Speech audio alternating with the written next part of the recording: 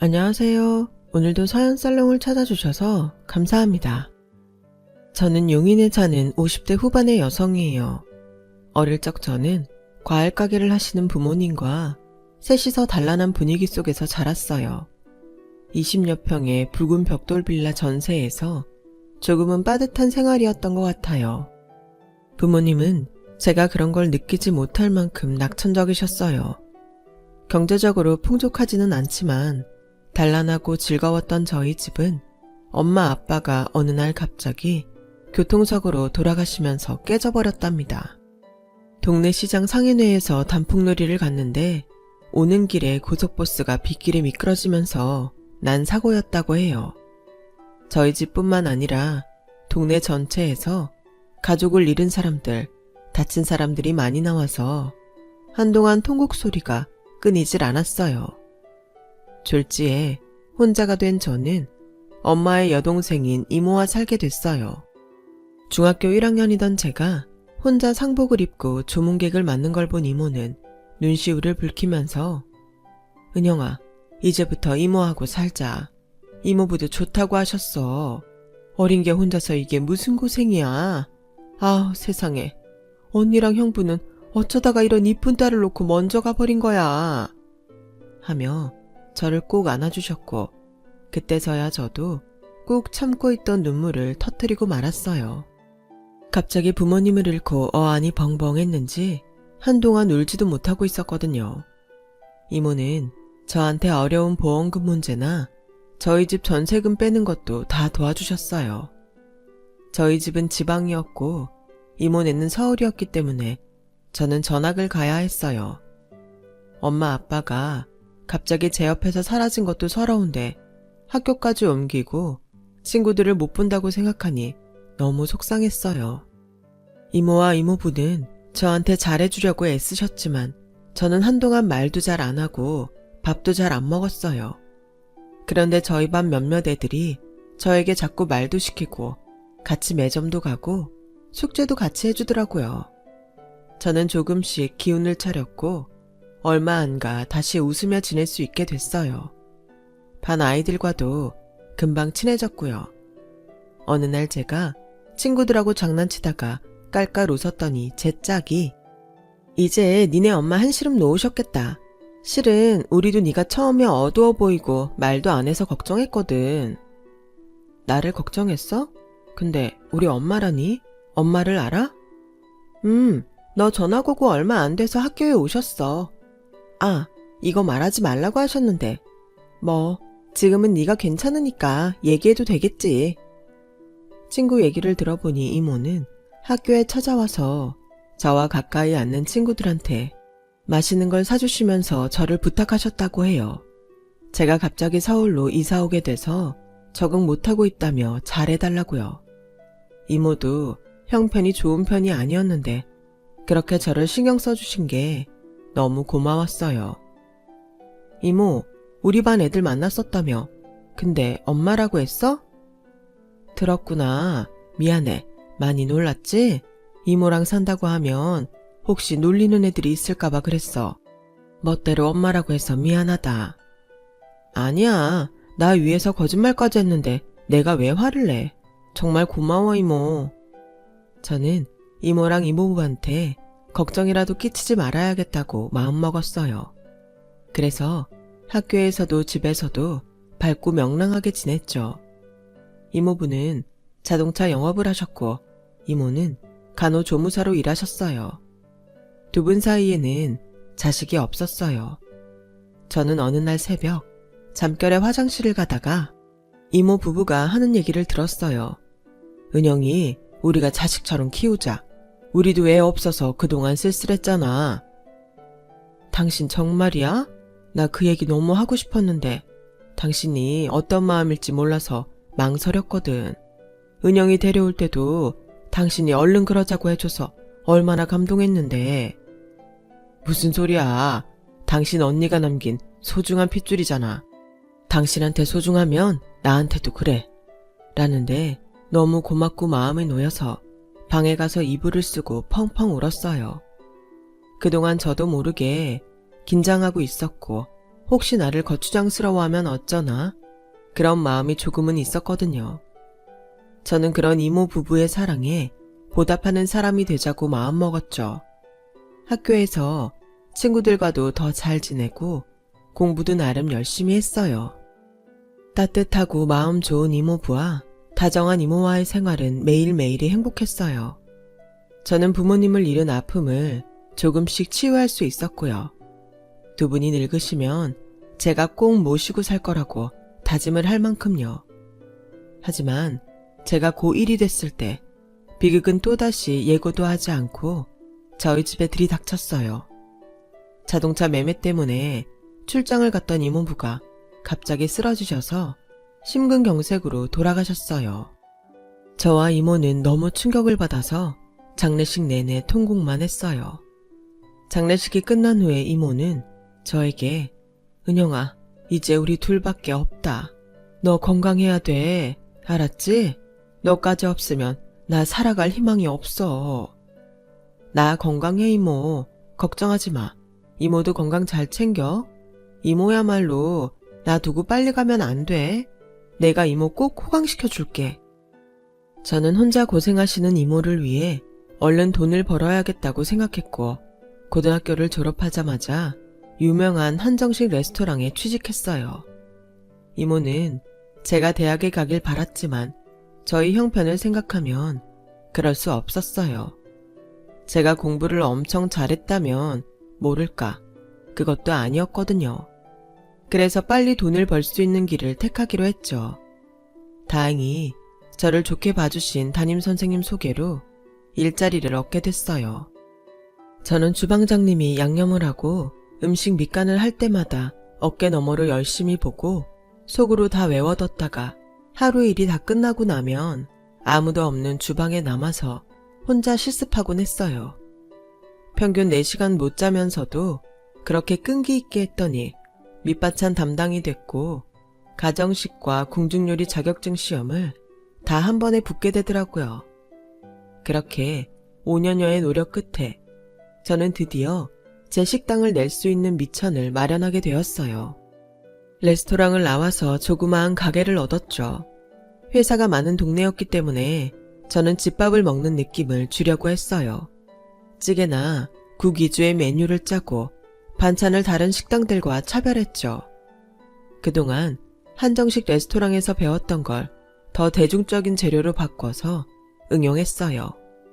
진미채 볶음 하나를 해도 다른 식당들과 양념을 조금 색다르게 했고요. 식사가 다 끝나면 작은 종이컵에 여름에는 오미자 음료, 겨울에는 수정과를 줬더니 그게 직장인들 취향에 완전 딱 맞아 떨어졌어요. 식당은 문을 열고 6개월이 채 안 돼서 점심시간, 저녁시간이면 사람들로 북적거렸어요. 점심시간이 1시간밖에 되지 않는 직장인들은 기다리는 게 길어지니까 미리 전화를 해서 자리를 예약하기까지 하더라고요. 저희 집은 어딘가 고급스러우면서도 깔끔하고 적절한 가격이라고 소문이 났어요. 그렇게 하기를 1년 반. 저는 27이라는 나이에 가게를 확장하고 직원 수도 늘린 어엿한 맛집의 젊은 사장이 되었답니다. 재오픈을 하던 날 이모가 아주 큰 행운목을 선물해 주셨어요. 저는 이모에게 친구분들과 다녀오시라고 2박 3일 제주도 특급 호텔과 렌트카에 운전사까지 전부 예약을 해서 보내드렸어요. 너 가게도 확장하느라 돈 많이 썼을 텐데 너무 무리한 거 아니야? 아니야 이모. 나 이제 이 정도 할 능력은 돼. 걱정하지 말고 다녀와. 가서 친구분들이랑 재밌게 놀다 와. 내가 자식 복은 없어도 조카 복이 있구나. 라며 너무 좋아하셨어요. 저는 이모 호강시켜드리겠다고 한 약속을 지금부터 지킬 수 있겠다 생각했죠. 당시 저는 지인의 소개로 한 남자를 만나고 있었는데 그 남자는 제게 꽤 호감을 갖고 있는 눈치였어요. 그 사람도 부모님이 일찍 돌아가셨고 자영업을 해서 자기 건물을 가진 사람이었어요. 그래서 더 마음이 갔고 또 사업 수완도 괜찮아 보였죠. 은영씨, 나랑 살면 내가 사업도 더 잘되게 외주할 수 있는데 지금 이 정도 규모로 만족할 거 아니잖아요. 우리 같이 힘 합쳐서 전국적으로 유명한 가게 만들어 봅시다. 지금 그 말 저한테 결혼하자고 하는 거 맞죠? 네, 맞아요. 제가 좀 성격이 아기자기한 말을 못해서 이렇게밖에 표현을 못하네요. 결혼해요. 우리 그래서 정말 잘 살아봐요. 글쎄요. 저도 동규 씨 좋아하고 오래 보고 싶어요. 근데 좀 더 이모하고 같이 있는 시간을 갖고 싶은 것도 사실이에요. 그럼 저 거절한 건 아니죠? 저 기다릴 수 있어요. 그러니까 다시 생각하고 얘기해요. 이모는 제 말을 듣고 좋은 사람이면 얼른 결혼하라고 하셨어요. 이모는 나 그렇게 빨리 보내고 싶어. 난 이제 이모 좀 편히 모실 수 있게 돼서 더 같이 있고 싶은데. 아우, 됐어. 젊은 애가 왜 자꾸 늙은이 하고 있으려고 그래. 맨날 일만 하느라 또래들이랑 어울려보지도 못했잖아. 이제 좀 즐기면서 살아. 결혼해서 알콩달콩 사는 거 재미야. 나하고는 결혼하고도 여행도 가고 하고 싶은 거 할 수 있잖아. 라며 적극적으로 밀어주셔서 결혼하기로 했는데 어쩐지 마음이 불편했어요. 그때는 목표 하나를 이루자마자 갑자기 결혼이라는 걸 하게 돼서 여유가 없어서 그런 거라고 생각했는데 지금 보니 일종의 예감이었던 것 같아요. 결혼하고 한 달은 정말 좋았어요. 그것도 다 그 남자가 저의 환심을 사려고 열심히 소유를 한 것이었지만 당시에는 나처럼 행복한 신혼생활 하는 사람이 몇이나 될까 싶을 정도로 매일 저에게 이벤트를 해주고 주말마다 선물을 사서 들어왔어요. 적당히 해.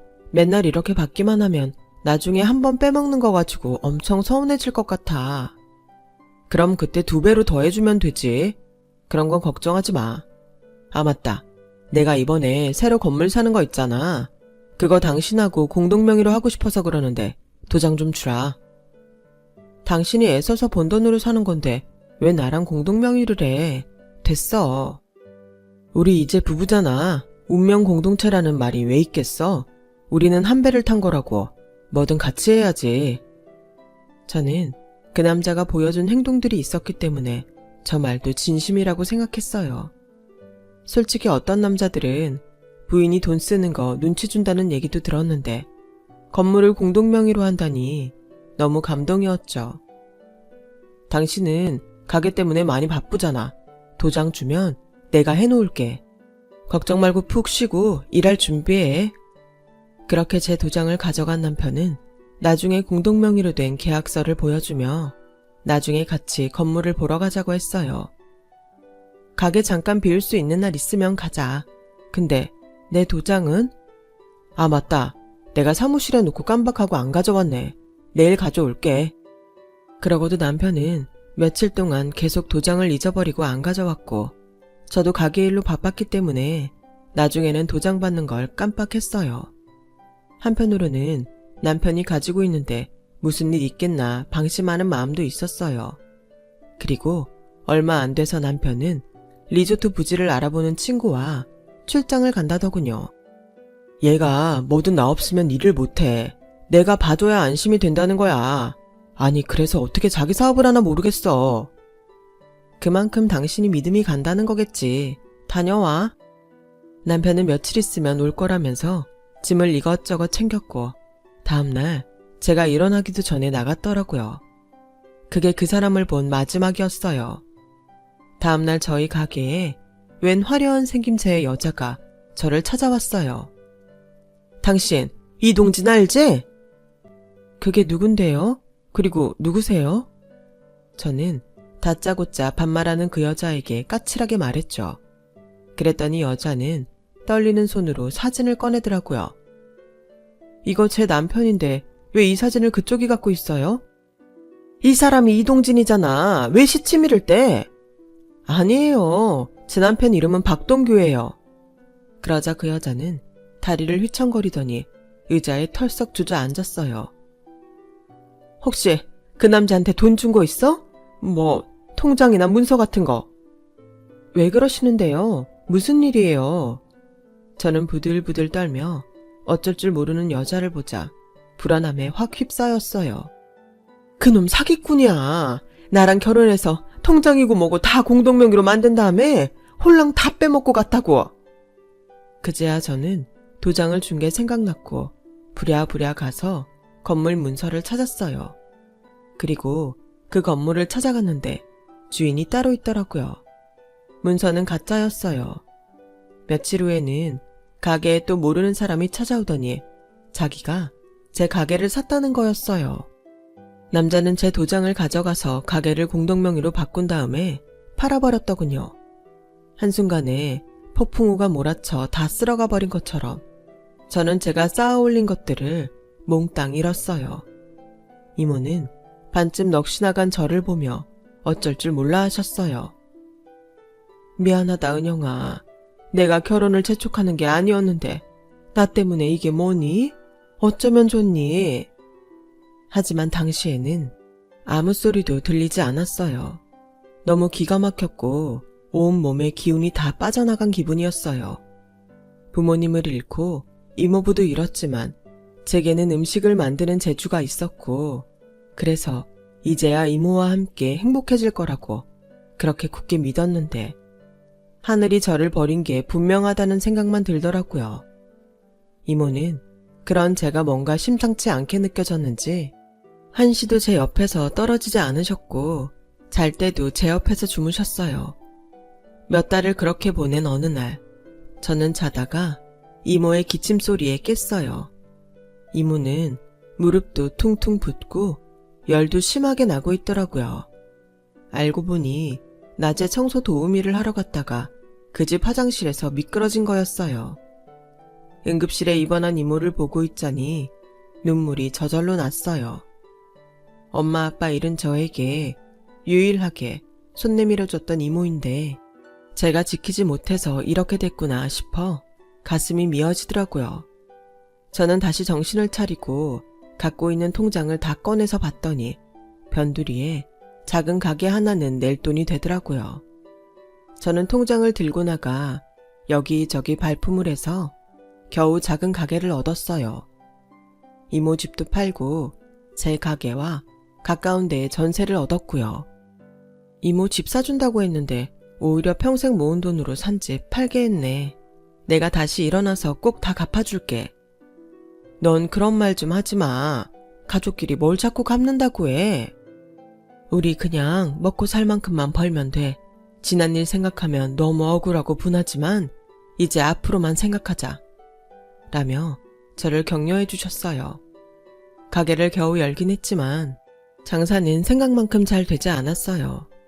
근처에 초등학교와 중학교가 있었지만 사람이 많이 오지 않더라고요. 몇 달을 허송세월하듯이 자리에 앉아있는 날이 많았어요. 그런데 언젠가부터 초등학생 남자아이가 점심에 와서 볶음밥을 시켜 먹더라고요. 처음에는 그런가 보다 했는데 주말을 제외하고 주 5일은 꼬박 와서 볶음밥을 먹는 거였어요.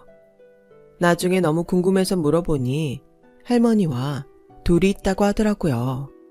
할머니가 다쳐서 병원에 입원해 있어서 밥을 못 하시는데 주말에는 병원에 계속 할머니와 있다는 거였어요. 할머니는 얼마나 더 입원하셔야 되는데? 2주 더 있어야 된대요. 그럼 이제 우리 가게에 그냥 와. 그리고 주말에 병원 가기 전에 꼭 오고. 꼭이다. 저는 아이에게 매일 집밥을 주듯이 더 정성을 기울여 밥을 차려줬어요. 아침에는 빵을 먹고 저녁은 라면을 먹거나 굶고 잔다더라고요. 저는 그 말에 아이 밥을 더 정성스럽게 챙겨줬고 저녁에도 먹으라고 도시락을 싸줬어요. 주말에는 할머니와 먹으라고 특별식도 만들고 식혜도 해줬죠. 아줌마 정말 고맙습니다. 제가 이거 엄마한테 꼭 말할게요. 엄마가 있었어? 근데 왜 안 오셔? 엄마 지금 미국에서 공부해요. 좀 있으면 오세요. 그러더니 정말 그의 할머니가 태어나고 난 며칠 후에 아이가 엄마와 할머니를 데리고 저희 가게에 왔더라고요. 우리 상현이 너무 잘 돌봐주셔서 감사합니다. 저녁도 해주시고 저 먹을 것까지 신경 써주고 이 은혜를 어떻게 갚나요? 은혜는요, 건강해지셔서 다행이에요. 제가 상현이 엄마예요. 남편하고 이혼하고 아이 집에 맡겨놓고 공부한다고 독하게 굴다가 이런 일이 생겼네요. 정말 감사합니다. 하며 죄 지은 사람처럼 고개를 숙이고 눈물을 글썽이는 아이 엄마에게 공부할 수 있으면 해야죠. 상현이 똑똑해서 다 이해할 거예요. 라고 앞으로도 잘 지내시라고 격려해줬죠. 그리고 몇 달쯤 지났는데 상현이 엄마가 불쑥 찾아왔어요. 저희 선배가 백화점 임원인데 거기서 식품 매장에 들어올 고급 반찬 가게를 찾는데요. 제가 은영씨 추천했어요. 보니까 그냥 이런 변두리 동네에서 팔 솜씨가 아니에요. 제가 정말 이렇게라도 보답하고 싶어서 그러니까 꼭 가보세요. 저는 그렇게 고급 백화점 식품 매장 한 구석에서 반찬을 팔게 됐어요. 그리고 제가 만든 밑반찬들이 완전히 히트를 쳐서 그 동네 아파트 아줌마들 인기 상품이 됐어요. 매대도 구석에서 중앙 쪽으로 옮기고 반찬도 밑반찬 위주에서 고기, 생선, 탕, 국으로 점점 범위를 넓혔어요. 특히 저희 소불고기가 폭발적으로 인기를 끌어서 백화점에서도 매상이 많이 올랐다며 엄청 좋아했죠. 저는 음식 질이 떨어지지 않도록 심혈을 기울여 언제나 더 좋은 품질의 반찬을 내보였고 그런 제 마음이 통했는지 단골도 많아지고 다른 지역에서도 반찬을 사러 왔어요. 그리고 5년 만에 백화점 반찬 매대와 함께 그 지역에 식당을 냈고 얼마 안 돼서 동네 맛집으로 자리를 잡았어요. 정말 사람 일 어떻게 될지 모른다고 하더니 저는 한 10년 새에 완전히 롤러코스터를 탄 기분이었어요. 어느 날 백화점 매대를 들렀다가 가게에 오는데 어떤 사람이 번거지 모자 같은 걸 푹 눌러쓰고 동네를 두리번거리더라고요. 그리고 건너편 가게와 저희 가게를 번갈아 보더니 잠시 서 있다가 모자를 벗고 저희 가게로 들어가는데 저는 정말 심장이 멎는 줄 알았어요. 바로 예전에 제 가게를 팔고 사라졌던 그 남자였거든요. 저는 떨리는 몸을 겨우 진정시키고 심호흡을 하며 가게로 들어섰어요. 그 남자는 예전에 저를 만났을 때처럼 아주 당당한 태도로 서서 여기 사장님 계세요. 제가 맛집 블로거인데 제 블로그에 소개 좀 하려고요. 저는 바로 그 남자 뒤에서 목을 붙잡고 야 이 새끼야 네가 여기가 어디라고 와? 주방장님 매니저 이놈 잡아요. 얼른! 제 말에 기운 좋은 주방장과 매니저가 달려와 양쪽에서 남자를 붙잡았고 놀란 남자는 노으라고 소리를 지르다가 저를 보고는 완전 벙찐 표정을 짓더라고요. 아니 어떻게 여기에? 어떻게? 여기가 내 가게다. 왜? 또 무슨 사기를 치려고? 매니저 112에 당장 신고해요. 악질 사기꾼 잡았다고. 여보, 아니 윤영씨 잠깐 내 얘기 좀. 여보 좋아하시네. 너 나 말고도 다른 여자 둘이나 더 결혼하고 다 돈만 빼먹고 사라졌더라. 너 오늘 나한테 죽어봐. 어떻게 뻔뻔하게 서울 시내를 돌아다닐 생각을 해? 그때는 사정이 있었어. 사정은? 사기꾼한테 무슨 사정이 있다고? 저는 그 남자와 경찰서로 같이 갔어요. 남자는 아예 제 앞에 무릎을 꿇고서 싹싹 빌면서 제발 처벌하지 말아달라고 했지만 저는 집행유예라도 꼭 나오게 해달라고 하고 변호사를 선임했죠. 남자는 여러 건의 사기를 치고 그 돈을 다 들고 캐나다로 갔다고 해요. 거기서 흥청망청 하느라 그 많은 돈을 탕진하고는 한국에 돌아와 블로거를 하면서 맛집들을 상대로 돈을 뜯어내고 있었어요. 저 말고도 여러 건의 고소가 들어와 있었는데 요리조리 잘 빠져나가서 그동안 처벌을 받지 않았다더군요. 그 남자는 결국 징역 1년 6개월을 선고받았고 제 앞에서 눈물을 뚝뚝 흘리며 선처를 받았지만 저는 들어주지 않았어요. 이모도 그 남자 판결이 나오던 날에 일부러 법원에 가서 형을 선고받는 걸 보고 성에 차지는 않아도 벌을 받으니 마음이 나아졌다고 하시더라고요. 그랬던 게 벌써 20여 년 전 일이네요. 저는 결혼에 두려움이 생겨 한동안 이모와 지내다가 50이 돼서 차별한 남자를 만나 조촐한 식을 올리고 함께 살게 되었답니다. 이모는 저희 아파트 맞은편 동에 살고 계세요. 요즘 다리가 많이 불편해지셨는데 그거 말고는 건강하시니 얼마나 다행인지요. 이제 60을 코앞에 두고 예전 일을 떠올려 보니 사람은 좋은 일을 하면 반드시 그만큼 돌려받는다는 걸 알겠네요. 제 얘기 들어주신 분들 모두 행복하시고요. 가정에 항상 좋은 일만 있기를 제가 간절히 바라고 빌겠습니다. 감사합니다. 여러분, 사연 댓글에 응원과 현명한 조언 부탁드려요. 좋아요와 구독은 저에게 큰 힘이 됩니다. 오늘도 좋은 일 가득하세요.